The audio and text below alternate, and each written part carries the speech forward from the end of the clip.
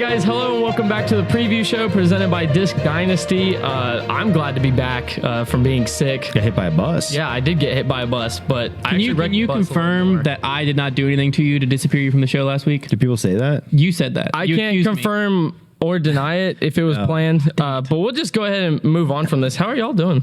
I'm good. I'm doing real good. Yeah, I'm great.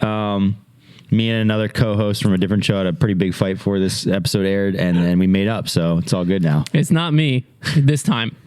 Love to see it. Yeah, so I'm great now. No, you and Brad? No, not Brad. Okay, cool. Or Silas, or Robbie C. Or Brody. Or Brody. Down the line. Yeah.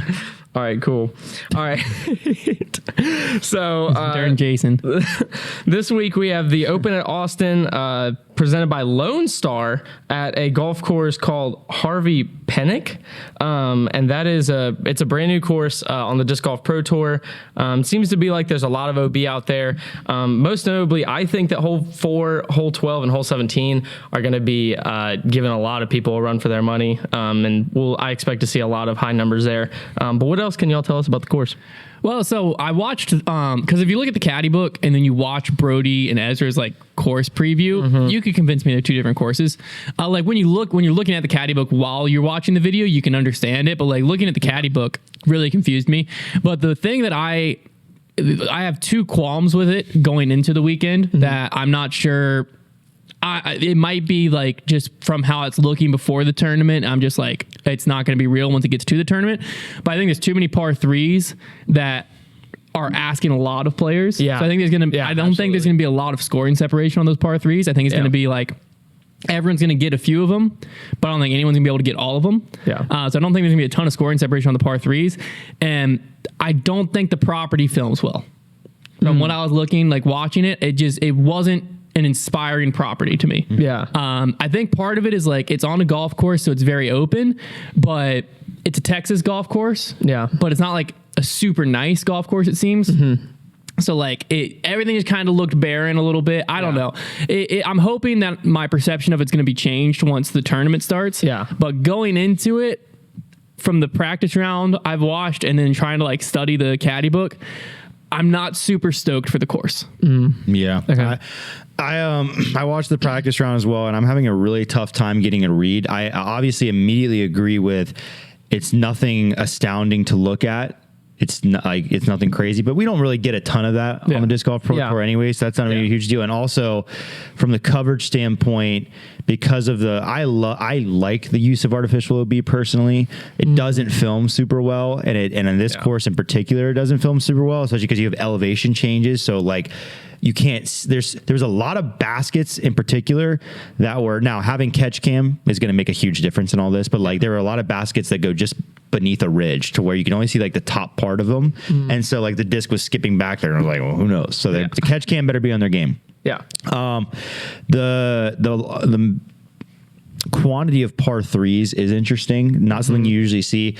What I was getting from this course, though, that I did like was I didn't think there were necessarily any amazing holes, but there wasn't really any that were awful, except for maybe a couple that I didn't really like. But I thought the course was asking for a lot of shots that you don't normally see. Yeah. It's kind of one of those courses you show up to and you're like, I'm not really sure if that's a disc golf line. Like it's a line you can draw, but it's not typically a disc golf line. Like it doesn't shape for but I think when in an open course like this is, and on the Pro Tour, I think that's an interesting concept. I think throwing lines like, here's this low ceiling backhand out to the left, but then the basket goes way out to the right. Yeah, it's not talking about hole 17. It wasn't 17. No, it's on. Well, that one's more of a forehand. It's on the front. It was on the front. 8 or 9. Yeah, it was like it's not really a forehand because it's too far. The backhand's low ceiling. Like, is it a roller? There were a lot of questions asked on this course. Yeah, and for that reason, I think it's actually going to play really nicely. I think you're going to see so many different approaches. Yeah. I think you're going to see people having a lot of decisions to be made. Because of those par threes, what you will have is a lot of decisions being made down the stretch later in the tournament, where guys are going to have to decide whether or not they're laying up or not. So I'm actually very curious. I will give the Pro Tour some credit and the course design some credit for just like, at least they're throwing something new at us where I'm seeing a lot of different shots to where, that's at least exciting. We're not going to see a bunch of just stock throws out there. Right. I think the use of OB will make the course challenging. It's really going to come down to I'm having a tough time like deciding if I think people are going to shred it or not. I think on the par 4s and 5s, the OB is definitely in play. Yeah. But then the par 3s, it's just a matter of, the only time I watched it played was during a practice round. So many shots being thrown, not a lot of pressure. Yeah. And I think that those par 3s are going to be really tough to get. Yeah. Like I think immediately the first thought that came to my mind as I was watching these practice rounds and like seeing this course is I was thinking the guy who's putting really good from 30 to 60 feet probably wins this tournament because like I think you're going to make birdie putts from that range. Who do you think that would be? Like just Gannon Burr is an immediate guy that you'd like from that range, but it could be anybody that gets hot really. Right. I would say an FPO from Circle 2, there's not necessarily a single person that steps up. I would say Kristin is one of the better ones from like that Circle's Edge range, but Owen, I guess, could have success out there. Maybe, this could be a course where Owen Scoggins chips it around, makes her long putts and does well. Well, we don't fully know how the FPO course is. That is also true. I was kind of keeping an eye on the pins and whatnot, but we won't really know. Because another thing that I thought of is I don't like the opening hole of this course at all because I think it asks too much of the pro field for it to be a starting hole. It's pretty much ungettable. I think late in the round you might see some people go aggressive, but like you have to really challenge the OB and challenge that tree to get to the basket. Well, you kind of have to throw a backhand to get to the basket. Yeah, and so as that's the problem. opening hole, I don't think that players like if that was I wouldn't like it as hole 17, but if it was down the stretch, you would see players at least try. Because they're in a position where like, it would be a much better hole later down the stretch. But it's similar to be a bunch of it's pars similar and to bogeys. Texas State's hole 1 on that like not in the hole, but how it plays, where like you have that big pyramid. Okay. It was a similar vibe. That was hole 1, wasn't it? That was hole 1. Yeah. It was a similar vibe where like I think we're gonna see a lot of like you're amped up. You're there to watch your favorite pro either on the grounds or on coverage, and you're gonna see him throw a layup to start the tournament. Yeah. I personally just don't like that. Right. But for FPO, it's a par 4. So I think that might play completely because it's a par 4 and they move the basket back, farther back. It's like 150, 200 feet farther back. Yeah. But there were several FPO holes that like the basket was in a different spot or the tees were in a different spot. So we got to see a glimpse of where it was during Brody's practice round. But I as of the shooting of this, there hadn't been an FPO practice round out there that I could see. So I don't know how the course is quite going to play for them. We just have to kind of go off the I just FPO. get the sneaky feeling when I watch this course. I had this sneaky feeling that birdies could be tough on a lot of those holes. And I was thinking like, this could be a course where you throw a few out of bounds shots. You only get maybe 6 or 7 birdies. Like this could be a course where the hot round comes in 6, 7, 8. Yeah. And I love that. I like it. I don't know if I like how you get there. I don't like par 3 golf that much. I think there's a lot of par 3s, but they're demanding par 3s. I don't think there's going to be much. I am hoping to be wrong, but I don't think there's going to be much scoring separation. And looking at the course, I feel like it could produce a boring weekend. It's going to depend. I think a lot of it's going to hinge on those par 3s because like we watched one practice round of them. Yes. Yeah. The pro field might come out and tear them up. I don't think they will. They were really long. Anytime you get a par 3 over 450, unless it's wide open completely, it's never easy because you just ask a pro player to throw it 450 feet and get up and down. That's not easy. The shorter ones were the ones that were asking you to throw weird lines. Hit a tight gap, but you got to throw a big spike. There were only a couple, and then there was the one where it was like the gap hits on the left and the right, and that was like the shortest one. Yeah, I could see this being an event that plays tough to par, and I like that idea. That gets me excited. Okay, so do you see control players or like power throwers take this? I think if a power player gets hot, they will dominate. I think if you have a guy who can throw, because there's a lot of those like 400 plus par 3s that if you can just throw a normal shape and get to there, you're going to be in business. But it wouldn't surprise me if enough of those power players kind of, get over aggressive and fall back. Yeah. I wouldn't be shocked to see somebody. I mean, imagine this if this was the Matty O event. Imagine this is the one. He chips it around and wins. Personally, I think as a group, I don't know if that style though. Unless there's a ton of wind, I don't even know if that style of golf wins on the Pro Tour. Well, this is what, and I agree. I think as a group, the control group, whoever you want to put in that, will perform on average better, but I think someone from the power group will win. Right. Because like what I Trevor's agree. saying is like There's too many guys. the winner's going to pull ahead and be an aggressive player that's just, it's their weekend. You know, they're going to get a few breaks near OB. They're going to hit some big putts to save par. Yeah. That's going to happen. But I think if you look down the leaderboard, you're going to have some of those same power players way down the leaderboard. And I think that control group where they're just chipping around, they're taking a lot of pars, they're not putting themselves in danger. They're going to make up the like middle pack, probably like, you know, top 10, few in the top 10 down to top 20. Like I think that that's going to be a lot of control players, but I don't think that they're going to be able to push for the win. Personally, Do you think a solid forehand for these players is going to be like Crucial. I think it's crucial? Crucial. Yeah. So many. I agree. Yeah. All right, guys. Well, we're going to flip it over to Kenner Conity for the lovely professional weather report. Kenner? What's up, everybody? I'm Kenner Condi, and I know more about the weather than Van Gogh knows about Beats by Dre. Let's get into the weather. On Friday, it's going to be a pretty nice day at a high of 58 and a low of 41. And then on Saturday, it's also going to be kind of nice with a high of 58 and a low of 42. Both days, kind of windy, between 10 and 19 miles per hour of wind, so it can be pretty windy out there. Now, on Sunday, now we're getting interesting because guess what? It could rain. It probably won't, though. Back to you guys. All right, Kenner. Thank you for the update. what a professional. Very professional. He loves what he does. You can tell. You can just tell he loves It's in his face. The passion. He loves the weather more than the weather loves him. I actually got him to sign my umbrella the other day. Wow, that's Yeah. big. I want to meet the guy. Yeah. All right, so Ricky is aiming to return this week, going into our storyline segment. What can we expect out of him? Do we think he's going to be in the top 10?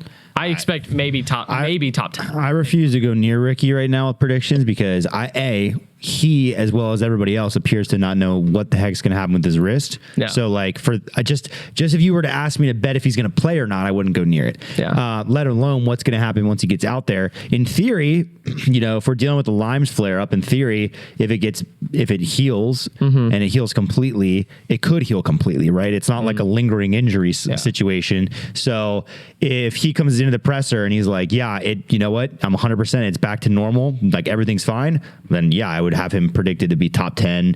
You know, he's got some rust to shake off. You know, Yeah, he's been absolutely. away. This being his first tournament. but I would he's Ricky Wysocki, so he's been doing this long enough. I would be predicting him to do really well. Yeah. But impossible to say. Yeah, he's terrifying this week for a number of reasons, both good and bad. Like He'd be very good at this course. The forehand aspect of this course, if he's at 100%, he's a player that could dominate. He also has a great force over turnover backhand, Yeah, and there was well. a lot of those shots. So like this course does line up very good for 100% Ricky Wysocki, but like Trevor was saying, he has. As of the recording of this, he has said like I'm intending to be back. Yeah. But that doesn't mean he's gonna be back. Right. So he could play the practice round, be like, it ain't it. I'm not doing it. He could play the first round and drop. That's what I'm thinking. Also, the Yeah. like swollen wrist. If it's like good enough for him to play, that could affect his sidearm in general. Right. Of like Yeah. trying to get back, but he's like, I can't to get use that full wrist. power. Yeah. So I won't be surprised at all if he wins. I also won't be surprised at all if he DNFs. Right. So like that's what like prediction wise, storyline wise for the event, I'm staying away from him because like there's no telling. I think he'll be a good storyline to talk about after the event, but going into it, like I really hope he I gets have no back. idea. You're not going to put him in your grip 6? no, I didn't. Oh, God. I'm definitely bummed out not having him out there. So No, it's a course that you want to see him at his best at this course because I think he could. It does he has cater to potential- his skills. Yeah, he has Yeah. potential to really do well out there, but we don't know what we're going to see. So like my Disc Dynasty, I wasn't spending 7 on him. I can tell you that much. Yeah. like, that dude, he's not in my Disc Dynasty this week. I can tell you Right, that. same. And you know what? Actually, it's probably smarter to fade me. So if I don't have him, you might want him in your Disc Dynasty because I did terrible last last week was week. not great for you. Yeah. All right, and then we have Paige Pierce coming off of her debut last weekend. She did not look like she was having a fun time out there, and she actually tied for 16th, shooting even overall, which is 14 behind the leader. Do we expect her to bounce back, or like what do y'all think? I would say mildly. Okay. Yes. Like I said, there's a lot of questions with the FPO layout. We don't know. We haven't seen that play out yet. Yeah. I would say this course is closer to catering to her game than Waco, certainly. But I don't know. I don't really even know what I'm looking for in a course that Paige Pierce is winning at anymore. It's kind of gotten tough to this point. Right. She's just been so streaky. So I would say I would not predict her to win, you know, but I would think she'll have a better performance. You don't think she got that dog in her? No, I don't think Paige has. I don't think self-admittedly she said she doesn't really have that dog in her anymore. Yeah. She doesn't really care. Well, it depends if you're interviewing her after a win or a loss. That also that is a good point. Yeah. Paige, I stand by this. Paige Pierce is going to have a great season. I think she's going to be a multiple-time tour winner. She might even win at least one major. Yeah. But I don't think she's going to do well at this event. Yeah. This event feels very throw pink-esque to me. Not necessarily Okay. the course design itself, but like there's a lot of OB. Yeah. If you're playing that aggressive style, you got to be able to like throw OB and it not really affect you. Yeah. It seems like Paige has a tendency to like, if she plays aggressive, it snowballs in a good or bad way. Right. If she either plays aggressive, it works out, and then she like gets on a hot streak and goes, or she plays aggressive, she goes OB, and next thing you know, she's falling on the leaderboard. So I don't think that, again, the FPO layout we haven't fully seen. I'm basing this all on the MPO layout. I don't think that this course plays well overall to Paige. But she could shred it still because she still has the distance. She still has the putting. If her accuracy's there, I'm more worried about if she like gets off to a rough start. Yeah. In round one, She gets or in her even head round and it's over. Then it's done. Yeah. Because Kristin is going to play conservative. She's going to just chip around and she's going to dominate. she the course. can. She's got a great forehand. And she's going to too. make someone. She's going to make someone play aggressive to beat her. That person very easily could be Paige. I'm not expecting it to be her, but I don't think it's time to freak out about Paige Pierce yet. And Right. start a narrative of like, oh, what's going on with Paige? Yeah. It's a Texas swing. She started in the Texas swing. The Texas swing's always weird. Kristen, So we just got to let it kind of flow. I think she'll be fine this season. Kristen Tatar knee-jerk reaction right now, over under 6.5 wins. Over under. Counting the one she already So has. she has to get to 7. I'm gonna go under because I think close to 6. I'm gonna I think agree. close to 6 is about where she goes. Okay. I don't know if I see anybody beating her. I think she stumbles. She'll beat herself. At Waco, she beat herself. Ella gave it back to her. right. She shot even round 2. Who's going to challenge her though? Like If Ella figures it out, I Kat- feel like Ella's going to be there. She's going to be her stumbling block to that 7. not week in and week out. Katrina Allen will find a weekend. Paige Pierce will find a weekend. Evelina Salonen will start kicking the putt and it'll work out for her. I hope so. Something will happen. I'm waiting on it. Yeah, I don't know. She needs to figure out the Calvin Heimberg basketball putt. Yeah. Close. Just Right now, get your mind right out. now, it just feels like Kristen Tatar will win every single event. Like after what happened at Waco, one event in. And Waco was handed to her. and that's why. Like it's just like that was her like week to shake off the rust. Yeah. It's like I'd be a little terrified if I was anybody else right now. Well, yeah, I think her dominance continues. I think, but that it is, it's disc golf. I would be shocked. Like We'll see. I can't say I'd be shocked, but I'm not going to be surprised if she goes back-to-back seasons all podium. Yeah. Like that's not going to Okay. surprise me at all. But 7 wins total out there, that's a big A ask. lot of events these days. That's a big a whole ask. Those are like 20 events. Wait, so Yeah, but I mean, Valerie Mandahano hasn't been in the field. right. I would imagine she gets 1 or 2. Missy Gannon, right weekend, she could pop off. Owen Scoggins, right course. Just have to see. It's the 6.5 line. If you would have said 6 Yeah. over under 6, I'd have been really struggling because that's terrifying. I'd been like, that's great, but 6.5, like 7 just seems unreachable. We'll see. But it very easily could be. Call back. I won't bet against it. Yeah. I won't shake your hand for a bet that she's not going to get to 7. Won't put a Chris Punnett on it. No, I'm not going to put nothing on it. Gotcha. She could easily get to 7. I just don't feel it. I gotcha. So then going off that, what about Ella Hansen? We saw last week. She lost in brutal fashion. That she did. So it's going to be tough to mentally bounce back. But the biggest question. Very much. this is a good course for her, I feel like. Yeah. I feel like this is a course that she, against the FPO field, could do very, very well at. Yeah. But I don't know, like, if you're going to judge her based just on Waco, she doesn't have the best mental game. So how does she bounce back coming into it? Because there's a lot of scar tissue that's going to take time for it to turn into something good.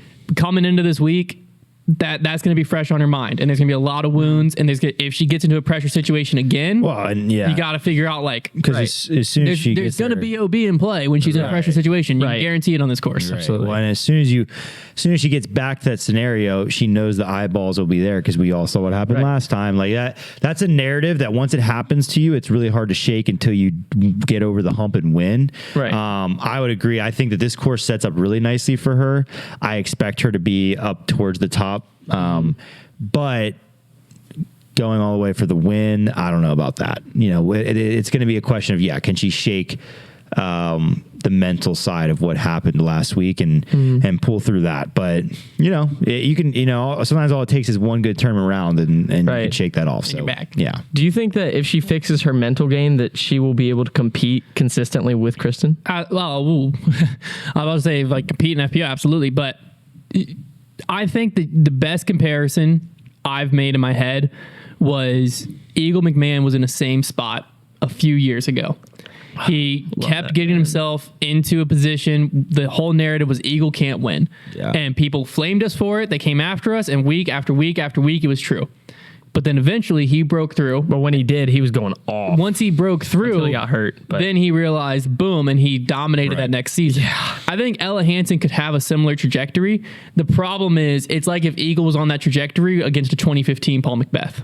Because that's kind of where we're at. So I think that Ella, like right up to this point, Paige has kind of been, Kristin's Ricky, if you will. Paige and Kat have kind of tag teamed to be that Ricky to Paul. But I think Ella could step into that shoe. I think Ella could be the one of like, if both of them are there, one of the two of them win. I think that storyline could develop, but it's a bit of a stretch, I think. But I mean, she definitely has the talent. It's just her mental game holding her back. Yeah, I agree with that. And I think most players, there are obviously some anomalies of players who like are just born with the ability to win, because playing really good and winning, like people don't like the subjectiveness of it, but winning just is a different statistic. Yeah. It's a different ability to be able to win. I mean, we're just looking at the mystery of Matty O. You can't put exactly. Yeah. So like most players will burst onto the scene and it'll take them a little bit. They'll get close a few times before they actually figure out how to win and what they need to do and how they need to control themselves. Yeah. But once they do, the rest is history. So that's kind of the stage she's at right now, is like she just needs to learn how to win a tournament. Yeah. An elite series, that is. And then, I think sky's the limit. That's why I liked Valerie Mandahano when she was starting her career, is she knew how to win from her AM career. Yeah. She had won multiple AM Worlds. She had won a lot of big tournaments that in her career, even though in the grand scheme of things, like an AM Worlds is massive in the grand scheme of things, but like on the Pro Tour level, she wasn't a proven winner. She was a proven winner to herself and put herself in the winning shoes over and over and over. So when she got to the Pro Tour and she's on hole 17 at Waco, she throws one of the most ice cold shots in disc golf history, and she knew how to win. Yeah. She had felt those nerves before. She knew what to do with them. Other players like Ella Hansen is relatively new to disc golf in general. Knowing how to win an ultimate when you got a team around you and knowing how to win an individual sport are two completely different game, things. Baby. And so I think that like she's got to figure it out a little bit. Yeah. Eagle, I think, had a similar career trajectory where like most of his big pressure moments happened to him the first time on the Pro Tour. Okay. I think that's kind of what we're seeing with Ella, is she's learning that and getting hardened by that on the Pro Tour, whereas like a Valerie Mandahano, even like some other players on MPO, Ricky Wysocki and stuff like that, like they got hardened early in their career and through an AM career into the pro scene, whereas Ella's kind of just getting baptized by fire. Okay.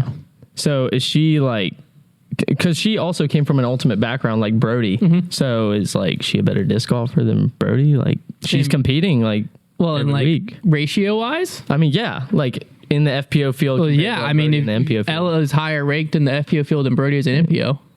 You went with like, if you took like, if you actually took like the amount of people in the field, it'd probably be pretty close. Yeah.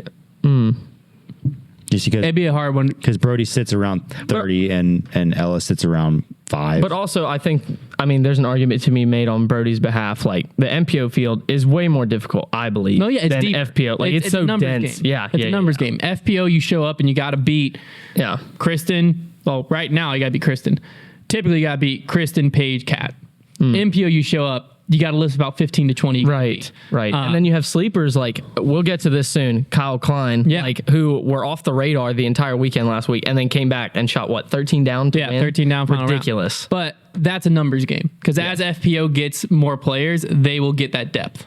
Until the more players come and more like true touring players. Because if you look at MPO back in the 2015, 16, 17, heck, even sometimes 18 era, they had the numbers game, but they didn't have the depth because like, it just wasn't what it is today. Like previously, if you were 20th in the Pro Tour rank or at that time National Tour, you were scraping by. Now, if you're top 20, you might not have a super comfortable living, but it's a heck of a lot more comfortable than it was 5 years ago. Yeah. FPO hasn't entered that stage yet. Yeah. FPO, if you're outside the top 5, you're scraping by, in my opinion. Right. But give it a few years, let it develop a little bit more, let the field get deeper, let the purses get deeper. Then you'll start to see that evolution like we're seeing in the MPO field. Yeah. Yeah, I agree. You agree? All right, cool. That's cool. He agrees. I agree. I mentioned it just now. Uh-huh. We have not talked about Kyle Klein yet at all. What the world? I don't even know what to think about going into this weekend. Like if he does what he did last round, like who? Well, Kyle Klein's always know. been. I mean, I think he's getting his feet under him. He's had his feet under him. I mean, we He's saw had him it, go to he's won Idlewild in the past. Yep. He's won Mid America Silver Series. Got to put something on dude. it, but Put some. Only won throws out the Mid-America. Silver Series when it works for your And then agenda. USDGC, I always throw out Silver Series. I don't have to work my agenda. USDGC, we saw him go to a playoff toe to toe with Paul a few years ago. Like Kyle Klein's been the real deal for a while. Wasn't that the He choked it, sure, but I okay, mean, cool. yeah, someone's got to choke in a playoff. right? Yeah. It's You make also it to the Paul. playoff. and Paul's just like got a Yeah, mind of steel. Paul somewhat took it from him. But anyways, Kyle Klein has been like, I'm not surprised, but I think a lot of people are right now because like he has the game. Like if you look at his game, like where's the hole? It's not really one. Yeah. It would just be mental, I think, for him. And this course will play very well to Kyle Klein's game. Yeah. Now the tough part is on the MPO field, it plays well to a heck of a lot of players' games. Yeah. So it's just like It's really winning 2 weekends in a row is So hard. near impossible on the Pro Tour. It's But so hard to credit that. Like an MPO and FPO, because the field isn't as deep, it's a lot of times you can say coming off of a win, momentum is like such a big factor. And MPO, just because of how deep that field is, Yeah. like I don't know. It's just a matter of like the difference between like field depth. And we talk about this a lot. And we'll clarify this a million times probably, but like we're not saying FPO players are bad. We're saying that the field is deeper. And what that means is on any given week, the more people you have in the field, the better chance there is that some guy just has his weekend or some girl just has their weekend Goes off. and they're unbeatable. Like that'll just happen. And because MPO is like very much like that right now to where like somebody is just going to go off. That's just how it is. And now I think Kyle Klein, I think the reason that he kind of got a weird persona because he's been in the top 10 in the world most of the time over the last year or so. Really good season last year, even though he didn't get a win. I think when he emerged onto the scene, he pretty quickly won Mid-America and won Idlewild. And when that happened and he was being likened to Eagle and Simon so much, and you saw his game initially and you're like, I'm there. He's got all the shots, crazy arm talent, super young. I think we all immediately thought this guy is a force on tour. He's going to win constantly. Right. So when he went winless last year, we kind of all forgot about Kyle Klein a little bit. That, he kind of dropped off of the radar, but he's still there and he was still all over the place last year. And I think him getting the early win this year makes him even more dangerous to kind of get that monkey off the back. Cause he was on a pretty big winless drought for somebody of his talent level. Yeah. And it's certainly where he is in the world rankings. So I think Kyle Klein will have an exciting year this year. I think he'll be one to watch. And at this course, like Hunter said, I think it shapes up for a lot of people's game, but Kyle certainly has the tools to play well. In my opinion, I think this course is going to come down to controlled like power drives. Yeah. And so for me, that whenever I think of that, I think of Calvin Heimberg. Yeah. Like he's just winning the first tournament, Las Vegas, right? And then coming into Waco, believe it, third. Yeah. He seems like he's going to be good as long as he doesn't wear a white shirt. Shout out Robbie C. True. that's only the final day though. Only final day. Yeah. funny. But I just think that I think this could be the year of the Heimberg and the Heimborg. Not very, very easily. my take. Yeah, I mean, Calvin Heimberg, like I said, this course sets up so well for so many people, but Calvin is the most consistent of those people. It sets Him and up that for. freaking eagle is just ridiculous. Like he just shapes that. Oh, the disc. I thought you were talking about Eagle McMahon. And I was like, oh, that's a different story. I think Calvin's the best player in the world right now. I think that right now, if he just keeps playing this way, he's probably the guy week in and week out. He is for me right now, the guy that I'm like, well, Calvin could win like every single week. Well, funny enough, this is going to be back-to-back weeks for me where Calvin, nope, I lied. I didn't have him in my top 3 at Waco. I regretted that decision. you did regret but, so I can't say anything I was about to say. Rude. Okay. Because I was about to say, like, I looked at my top 3 this week, and spoiler alert, I don't have Ricky or Paul in there. Yeah. And I didn't feel weird about it. Yeah. I was like, I've got Calvin in there. Yeah. Yeah. So like I got Well, my. we don't really have I've a got choice my no guy. matter with Rick right now. Yeah, I was like, I got my guy. I'm not going near Rick.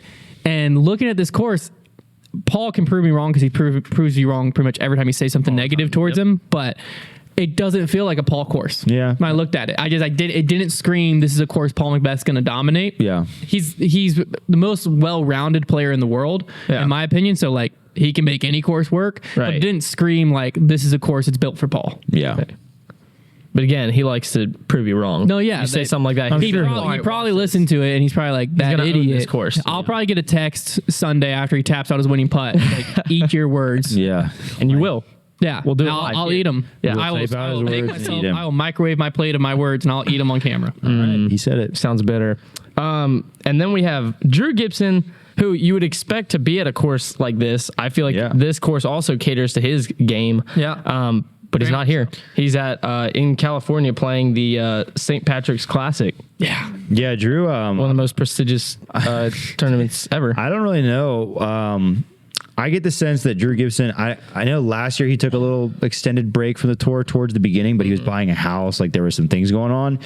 That might be exactly what's And he's happening looking this for a time caddy around. right now. So I mean, Yeah, like he might just have some stuff going on, but he is playing tournaments. I don't know if Drew just doesn't prefer the Texas swing, like doesn't feel like playing in it or what. I mean, he's in a position where he's probably well off enough that he can be a little more picky and choosy. So, you know, it is what it is. Yeah. I see this course as a course that he would probably play pretty well at though. yeah. So yeah, I'd be curious to know like why he's not out and if he said anything about it. I haven't seen anything. No, yeah, it's very interesting. I know because I had heard he was taking off till April. Yeah. I didn't think that meant just the tour. Yeah, he's coming back to Champions Cup in April. I thought that meant like off of disc golf, like, you know, maybe he had some stuff he had to figure out. Maybe he had some stuff with Finish Line. That would He's be trying to a get late business stuff start. going on. Yeah. Because he played Vegas and then skipped the Texas swing and he's coming back. But he's playing tournaments in the midst of that. Yeah. So very peculiar to me because he's playing one now. He's playing one March 31st and then he comes back to Champions Cup. To me, it seems like it's fallen on this Texas swing both years in a row. He must just not like the Texas swing. He must just feel like it doesn't play well to him. This is a brand new tournament, brand new course. You couldn't really find that much information about this course until like a few days ago. Well, last week. realistically, a brand new course doesn't really play great to anybody. No, yeah. And so Everybody's gonna be learning I it. agree. I think that if I was looking at this course and I wasn't looking at the field, I would think Drew Gibson could be someone who sneakily gets up there in the top three or possibly even push for a win. But I think without like knowing that months ago, Drew probably just was like, I'm not playing any of the Texas swing and made his schedule. Okay. And yeah, I think it's a miss for him personally because I think that this is a chance that he could have to, you know, pop off. But like Trevor said, I mean, Finish Line seems to be doing good. I think he's got some lucrative sponsorships with other stuff. And like EV7 seems to be doing well with his like Drew Gibson signature lines. And plus, you know, Leaky Leakers hoodies, I'm seeing them all over the course. So They're everywhere. they're everywhere. That one was a joke, but everything else is dead serious. Like the Era sells well, the Pace is selling well, the Super, like the guy's making money. Yeah. So it might be a scenario where he's just like, I don't really feel like playing the Texas swing. I'm gonna go play with my buddies in California and have some fun. I mean, it is Drew Gibson. Like he's just known for doing his own thing. Yeah, which very much I so. respect. He plays his own lane and he stays in it. And you know what? Why not? Yep. Absolutely. Dang, that was a good storyline. So I think it's time for the bold predictions presented by Third Wave. I don't know what Sweet. you got? Yeah, so Third Wave Coffee is actually my brother's coffee shop. I've told you all about it a few weeks in a row now. I really appreciate each and every one of you that has went over and bought our new Bogey Bro blend. If you haven't seen it, it was Blended. curated. My brother picked a few different blends, sent them out, roasted them, sent the samples over to us. We tasted it, and we kind of like settled on this is a good, how I would describe it as a good intro to specialty coffee. So if you're already in the specialty coffee worlds, Third Wave Coffee actually has 20 single origin coffees from all over the world in stock right now. Plus, with the new Bogey Bro blend, that's a good like step in. So if you're looking to get into the specialty coffee world, I recommend the Bogey Bro blend. If you're in the specialty coffee world, just check out third-wave.coffee, their website, and you can use code DISCGOLF to get 20% off your entire purchase. So head over there and pick up some today. And if you want to support the show, support us, pick up the Bogey Bro blend. But yeah, lots of good coffee in stock over there. All right. Sounds good. All right, bold prediction. What you got, dog?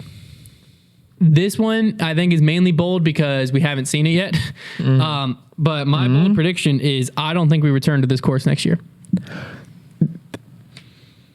It's supposed to be bold. It's supposed to be bold. I did not expect that. That's my bold but prediction. That is bold. I think, well, my main reason is I watched the practice round, and while I was watching the practice round, I was trying to look at the course and just be like, with a very positive mindset of like, I want to see this course. And I feel like Trevor said, I think it's going to play well. Yeah. I think there's a few issues with the hole design and stuff that like, I think there's too many par threes, and I think the par threes are a little too long, blah, blah, blah. But I think it's going to like probably play well and create an exciting tournament. Okay. But I don't think it's going to be received well by viewers. I think the viewers are going to be sick. They already are sick of golf courses. And this golf course doesn't even give you the benefit of looking like you're on a gorgeous, prestigious golf course. Right. I don't think it's going to be received well by viewers. I think there's going to be pushback there. And I wouldn't surprise me if there's pushback from players, because I don't think it's going to play well for all the players. And if you get the right players chirping about the course, I think that it could be a scenario where the Open at Austin exists, but they're looking elsewhere. Yeah. So that's my bold prediction, is that this is a one-time course for the Fair tour. enough. My bold prediction is I think that the MPO winner shoots no lower than 20 under par. I think that It's a three-round. three round, yeah. Okay. So 6, 7 under. Yeah, I like that. I just have this feeling. I don't know, and maybe I'm optimistic for my own likes, because I like it when a course plays tough. But I would say, I guess I'll add to that hot take and say, I'll say hot round for the tournament is no better than 11. We'll say that. I think winner finish is no better than 20. Hot round no better than 11. I feel like a bolder prediction would be like 18. I feel like 20 is a little. Yeah, Trevor, double down. 20. Yeah. You realize? You Go realize? 18. You Go realize, 18. No. Go 18. It's 20 Go is 18. incredibly low. No, 20 is incredibly low. You're asking a player to shoot only has to shoot 7 under over 3 I'm rounds. asking you to be bold. No, okay. I'm only semi bold. Okay, semi. You want to redo the bagel bet? No. If the 20 under, if What the bagel winners, bet? if the winner, Y'all hearing this? I just bought you a bagel because I lost a bet earlier this morning. Okay. Put that back on the table. If the winner's No. lower than 20 under, you owe me a bagel. If they're less, No. I owe you a bagel. And if they're No. 20 under, Nico. I'm not going to put a bet on a bold Yeah, prediction. I would put a bet on my smart prediction. The smart prediction said. It's actually Blue line. it's kind of Right safe. No. It's Oh safe. my gosh, she's a it's fine. gambling trap. Well, my problem is I used all my FanDuel credit. No, not a shout out. I just need something, man. Gambling, man. It's not a shout out. Yeah. All right. Well, apparently everybody hated my prediction. No, I love your prediction, Trevor. It was bold enough. I wanted to put a bagel on it. It's not even going to come true. That's all. That's the bold prediction.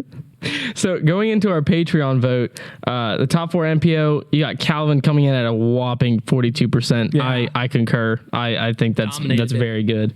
Paul at 16%. Mm-hmm. I would. No hate to Paul, but I would expect someone else, and Simon would probably be that someone else for me, and he's coming in at 3rd. Paul at 16%, Simon at 12%, and then someone else at 10%. Yeah, I would literally probably, someone else, I other. would probably switch 10%. Paul. I think the problem with the other is I forgot to put Kyle Klein.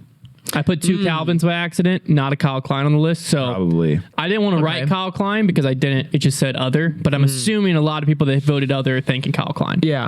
I would agree with that. That was my bad. Yeah. If you want to join our Patreon, though, head over to patreon.com/foundation disc golf, and you can vote in things like the MPO and tell us what they voted for FPO too. Dude, It's right there. I'd want to get on that. I'd want to get on that. Oh, why aren't you? Oh, I'm just. Patreon.com/foundation disc golf. There's a free trial too. 30 Foundation day Disc Golf. 30-day free trial. There you go. And then for FPO, oh my gosh, we got Kristin coming in at a measly 70%. Yeah, she dominated. And then Ella Hansen at 17. That one surprised me. That Ella Hansen. Really? Ella Hansen got almost 20%. I mean, Mainly I because don't think she deserves she'd more. be second choice. Paige Pierce isn't even on the list. Not to spoil the rest of it, But she also finished, like I said, like it's still Paige At Pierce. 16. I mean, we're But if she's quickly not- forgetting it's Paige Pierce. okay. But at Waco, know, she man. could not hit a The problem is she needs to win an event this year, and then she can go on losing. And I'll be like, okay, guys, remember it's Paige Pierce. But until she wins, no, that's fair. it's Or kind for of me- like this. Maybe this is the year. Or for me, maybe she just Tom needs Brady to. effect. Maybe she just needs to be in the top 3, like lead card. Or yeah, going do into the something. final That would be round. something. Like maybe people that forgot could that she's flip it. playing because she wasn't on lead card ever. Yeah, if she plays lead card in going into the final round, I feel like that's gonna kick off her mental game. Yeah. And she's gonna get that dog back in her. Well, the last two, so Kat and Val both had 3%. Yeah. And the main thing that surprised me with the page is like, we didn't even know if Val's playing. That's Yeah. also true. And more people pick I'd her still to vote win no. over Paige. Like we don't know the status of her ankle. I just went back to her Instagram Kinda like disrespectful. a minute before this to see because she posted about Waco. She hasn't posted about the Open at Austin yet. So like, yet still more people are like, yeah, she's gonna win more than Paige. Tough scenes for Paige Pierce. Yeah. Tough scenes for our patrons possibly. Yeah, potentially. They could lose credibility if she wins. They will lose some credibility. We're gonna have to keep a track on the credibility. Yeah. All right, so let's go into the buy, sell, hold segment presented by Disc Dynasty. Trevor, Yeah, Disc Dynasty. Disc Dynasty, fantasy disc golf. It's here. It's big. We're playing with Disc Dynasty this year. They're partnering with us, presenting the show. And guess what? We're on the app, and our league has been set up now. The link is in the description to join our weekly league, where you can each week pick with a budget.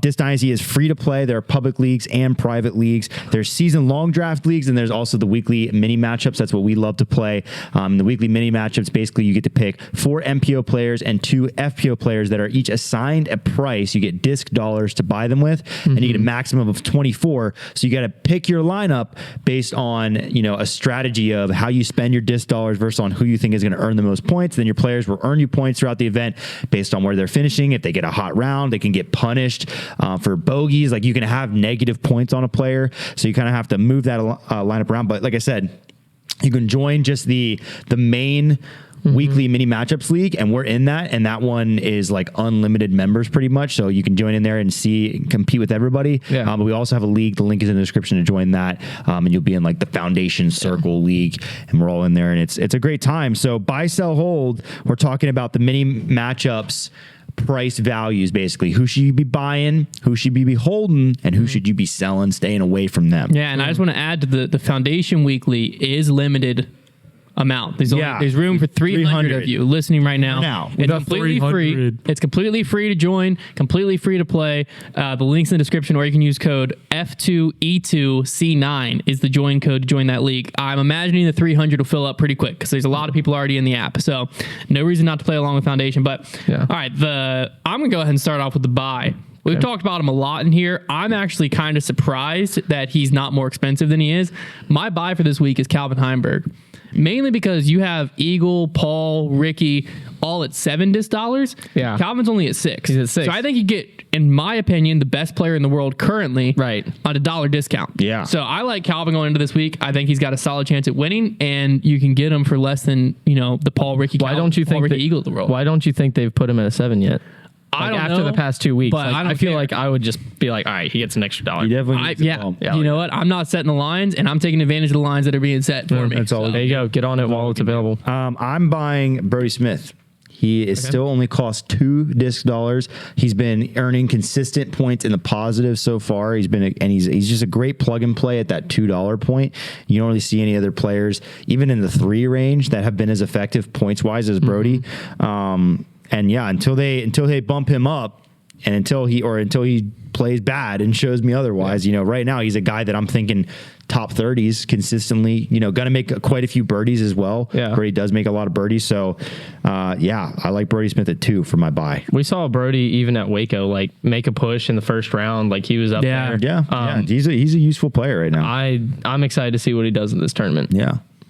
What y'all got for the sell? The sell, this one I might surprise some people, but I got logic behind it. So just give me a second. My sell this week is Eagle McMahon. If he's in your lineup, get him the heck out. Get him the heck out. Mainly because Eagle has historically had a 450 plus foot sidearm.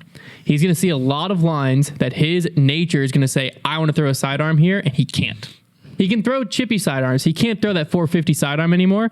So I think by nature, he's going to already be thinking, I'm throwing my second best shot here.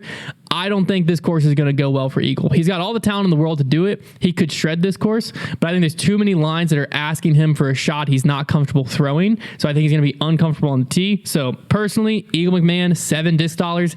Get him out of your lineup. I like that. I've got James Conrad at 6 for my sell. And this one comes down to, I'm mostly just like pointing him out, not because he's awful, but because he is overvalued and there are so many better options at that price point. Calvin Heimberg being one of them. And, you know, typically in Disc Dynasty, if you've played before, you only get 1 or 2 players at that high premium price. If that's how you're going to do your lineup, if you even want to pick them at all, you're only going to get a couple of them. So James Conrad at 6 is just way too high. Not a player. And, you know, like Hunter mentioned, I think the sidearm is useful at this course. He doesn't have it. I'd avoid him at 6. But his turnover backhand is like, it is dirty. Kind of sick, nasty. It is. And even Eagle. Turnover backhands and forehands land a lot differently. Well, my thing with Eagle is not that he doesn't have the shot to compensate. Okay. It's like when you step up in a hole, like even for me, if a hole is obviously a forehand, Yeah. and I can't throw that forehand, I'm not confident in the shot I'm trying to throw. Yeah. And for him, he's going to see forehand lines that like 2 years ago, he's licking his chops on parking it, and he's going to have to be going backhand or roller. And I don't think that's going to work well for him. Do you think he'll bring out the lefty? He can try, but like I don't think he's got 450 accurate lefty in his wheelhouse. I hope he proves me wrong because that'd be electric, but I don't think he's got that in his wheelhouse. Yeah. He might have 450 lefty on like a distance flex line, but I don't think he's got like a hyzer flip like he did with his forehand in his wheelhouse. I agree. So it'll be interesting to see. Okay. I actually, for the hold one, I agree with Trevor's buy, but I don't think he's quite a buy because Brody Smith is my hold. I think if he's in your lineup, he's someone you were riding with Waco, keep him in there. Yeah. I think the downside for this course in Brody is I think it's going to be hard for him to get a lot of birdies. The way I saw him playing in the practice round, but I do think there's a potential of bogeys that offset his birdies. I think he's going to be a player that's going to be like a few under par. I think the way he's going to get there is like 3 or 4 birdies and 2 to 3 bogeys is how I think he's going to end up getting there, and that's not going to earn you a ton of points. So if he's in your lineup, he's the person you're riding with it too. I think he's fine to leave him in there. He's a good value, especially if you look at the other players that are 2 or 3 around him. Yeah. He's better than them. He's going to get you more points. So I think he's a good one to keep in your lineup. But if you were unsure about him going into Waco, then I think just kind of hold your position on Brody. I think he's getting an ace, and that's 5 points. So okay, well if he does that, then I can't predict that. So. Yeah. Anyways, my hold is Ella Hansen at 5. There's another one where I really just see her being top 3 at this course coming off of the last event. I don't think that what happened to the last one is really going to shake her too bad. And I think 5 is just, it's 2 under the premium price of 7 for a player that I'm expecting to be in contention for the win, top 3, and feels like just a solid play. In my opinion, FPO so far for me has been kind of my anchor. Like I've been spending most of my disc dollars in this on my FPO players. And so Ella at 5 jumped at me right away for my hold. Oh, nice. Dude, dope. Thank you. Make sure to check out Disc Dynasty, link in the description. In the description. And then we have our point standings for predictions. Hunter at 15, Trevor at 14. Can you explain that a little bit to me? Yeah, so essentially each week we pick a top 3 MPO, top 3 FPO, and a dark horse. Yep. MPO and FPO, how it works is in the top 3, you get 1 point for each player that is in the top 3, and you get 3 points if you get them in the right spot. So like if I picked Kyle Klein to win Waco, and he won Waco, I'd get 3 points. You picked that, right? No. What I got all my money from last week is I had Kristin Tatar winning and Owen Scoggins in 3rd. Yep. That both hit. I got my 6 points there. The dark horse, if your dark horse wins, you get 2 points. So Trevor made his money having a player in the right spot and MPO, Kristin Tatar winning, that's 4, and then he won his dark horse 6. So we tied last week. I had him. I won the first week. So that's how it all shakes down. All right. Well, do you have your picks for this week? I sure do. I came prepared. So MPO, top 3, I'm going 3rd place, Simon Lizotte. I think this course can play very well for him. The only question mark why I didn't pick him to win is he doesn't quite know his bag fully. That's what I'm saying. I just can't quite go for him yet. But I like him. I like him out here. You're going to notice all 3 of these players, if you showed someone disc golf and had them all squint and watch these players play and where their discs ended up, they're all the same player. You take Kyle and Eagle? No, Gannon Burr. What I did second. The young Simon Lizotte, as many people have referred to him as. Gannon Burr, I think, is another player that could win out here. Who says that? I just said it. He's someone who could win out here. So no one. And like Trevor said, I think this will come down to you're going to have a lot of just outside the circle, maybe 50-footer for par and for birdie. Yeah. You're going to want someone with a good circle 2 putt. Right. Gannon Burr, when he's on, there's no one better at that. But if there was anyone that was going to be better, when they're on it, putting the pizza in the oven, if you will. Calvin Heimberg is who I've got taking it down. I think that out of my top 3 is the most likely to have happened is Calvin Heimberg gets his second win. So I couldn't quite ease anyone out. But yeah, Calvin, Gannon, Simon, I'm happy with that 1, 2, 3 lineup. Okay. I've got something similar, a little different. My third place, I've got Kevin Jones.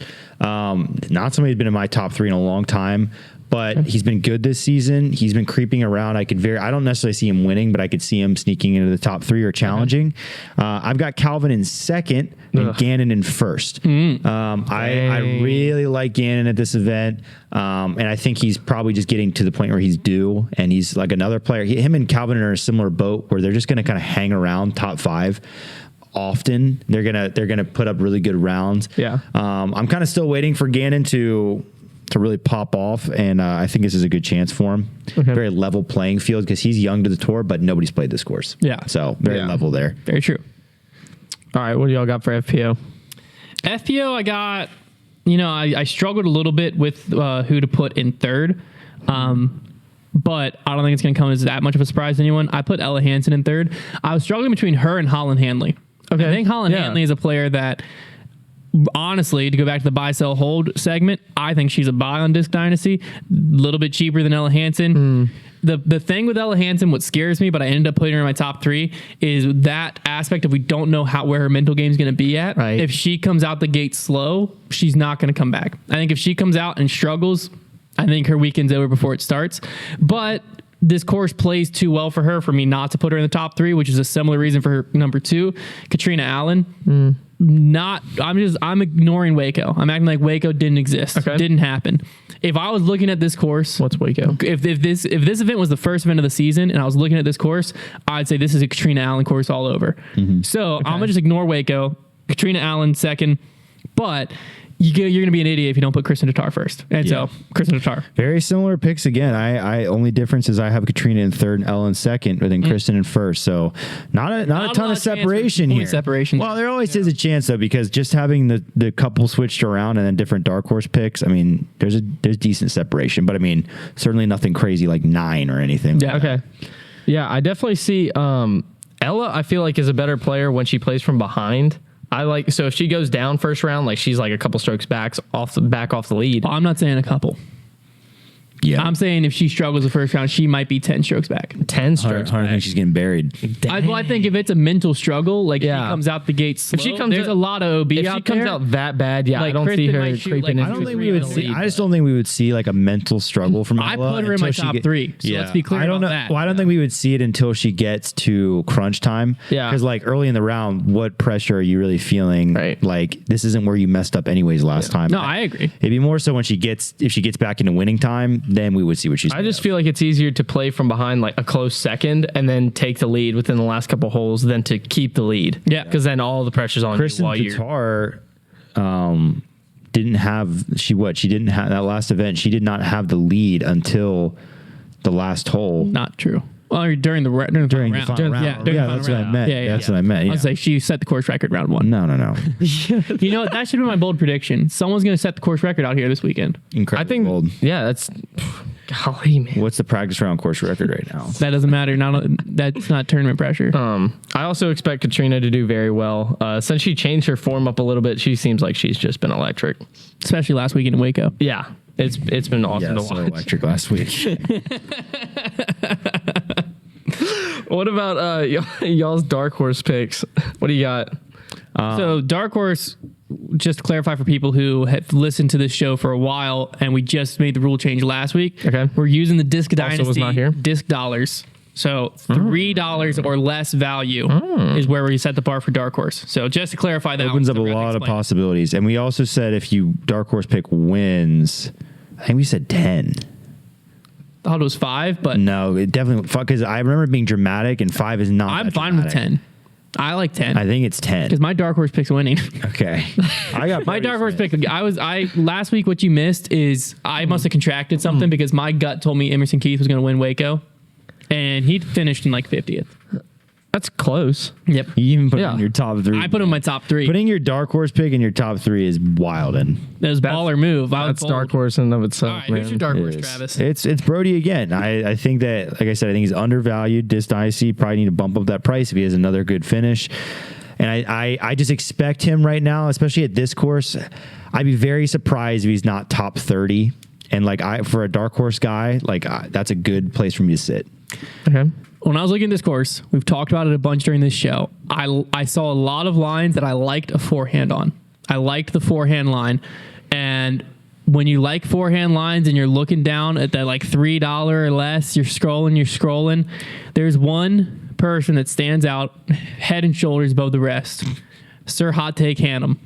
I'm taking Austin Hannum as my dark horse pick. Although the last time we tried to make a bet revolving around Austin Hannum, we all lost 20 points. So yeah, I popped off. I doubled down on Austin Hannum last year. That's what made top 15. That's what turned this what whole prediction game into just a who's playing for second game, because Hunter did that this course, I just have that feeling again. Like I did with Hot Take Hannum last year. Okay. That worries me. I'm scared. It seems like a forehand course. He has. Some would say it's all he has, but a forehand, a very good forehand. I think he's going to perform very well out here. And you know what? If I'm going him versus Brody Smith, for the sake of the show, I like Austin Hannum. I picked him from a dark horse. Dang. Do y'all know if Isaac Robinson is less than 3? Is he 3 or less? Surely definitely not. Yeah. Okay. I don't know that, but surely not. Okay, well, if he is, that's who I'm going to go with. If it comes down to circle 2 putts, I mean, There's no one look at it. That's true. There's no one else I'd take. I would imagine he's not. Who is Gannon last year, his precedent that he set last year is pretty high. So I would think that would not be the case. No, for my sake, I think I'm just going to put him at a 3. Cool. No, we're about to find out right now. Yeah, we need to look. Oh, we're going to look this up. Let's see here. How far will I make it down before I see his name? Here's what I'm going to say about the Isaac. He costs 5. Not even close. Okay. That's close enough to 3. What I'm gonna say is I think the winner this weekend is someone that just played super aggressive and the breaks went their way, because there's a lot of the par 3s. OB is very close to the basket, but if you end up going OB there, you push the basket. I think a lot of players are going to go conservative. A lot of players are going to chip up and try to take 3s. I think the player that ends up winning is a player that's going for a lot of 2s, going for a lot of birdies, and making their par save putts when they're faced with them. Yeah. But I think they're going to end up getting a lot of those birdies. I don't think they're going to shred. I think Trevor's line at 20 something under, I would agree with. I would say it's probably closer to 23, 24 is the number. But it's so hard to know until we see a full field actually play this course in tournament pressure, because the practice round can only tell you but so much. Yeah. Yeah. Anything else from you, Travis? No. All right. There we have it. Guys, there you have it. Get out and watch the Open at Austin. We'll see you in the next one. Guys, thanks for being on. Peace.